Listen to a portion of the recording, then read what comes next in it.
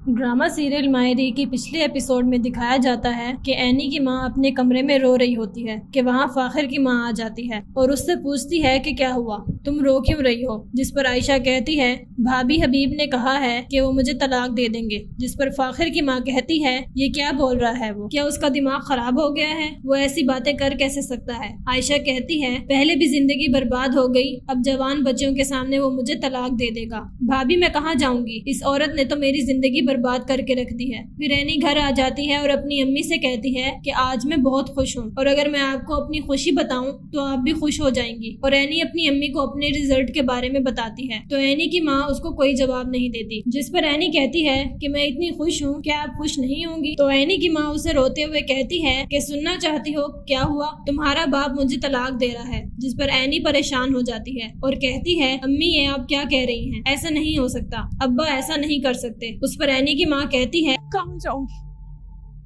कहाँ जाऊंगी मैं तो कोई है भी नहीं, सहारा हूँ। और कहती है प्लीज मेरी जिंदगी बर्बाद होने से बचा लो। फिर एनी अपनी सास के पास जाती है जिस पर फाखिर की माँ कहती है यहाँ बैठो, मैंने तुमसे बात करनी है। और कहती है तुम्हारी अम्मी की ऐसी हालत नहीं है कि वो कोई काम करे, तो अब तुम्हें काम करना पड़ेगा। जिस पर एनी कहती है जी बड़ी अम्मी मैं खाना बना लूंगी। और फाखिर की माँ कहती है देखो एनी तुम अपने घर की बड़ी हो और इस वक्त से निकालना है तुम्हें सबको, तुम्हें सब्र से काम लेना होगा, तुमने अपनी माँ को हौसला देना है, उनका सहारा बनना है, उसको तुम्हारी बहुत जरूरत है। और कहती है कि ये बात याद रखना कि वक्त एक जैसा नहीं रहता, वक्त के साथ साथ सब कुछ बदल जाता है। जिस पर एनी कहती है कि अगर अब्बा ने अम्मा को सच में तलाक दे दी तो। जिस पर वो कहती है मैं ऐसा होने नहीं दूंगी, मुझ पे भरोसा है।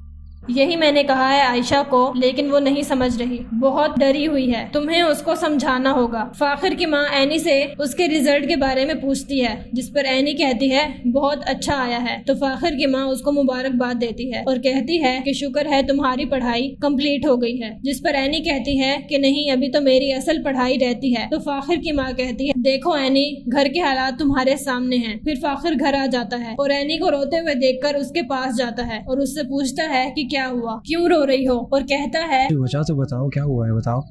जिस पर एनी कहती है आज मेरा रिजल्ट आया है और क्लास में सबसे हाईएस्ट मार्क्स थे। तो फाखिर कहता है इस पर रोने वाली क्या बात है, खुश होना चाहिए। एनी रोते हुए कहती है आखिर मुझे आगे पढ़ना है, एक ही पढ़ाई तो है जो मेरा सब कुछ है। तो फाखिर कहता है तुम्हें कौन रोक रहा है। जिस पर एनी कहती है मेरी अम्मी, उन्होंने कहा कि वो नहीं चाहती कि मैं आगे पढूं, चाहती है कि मैं पढ़ाई छोड़कर घर के कामों में हाथ बटाऊं। तो फाखिर कहता है मैं मर गया हूँ क्या।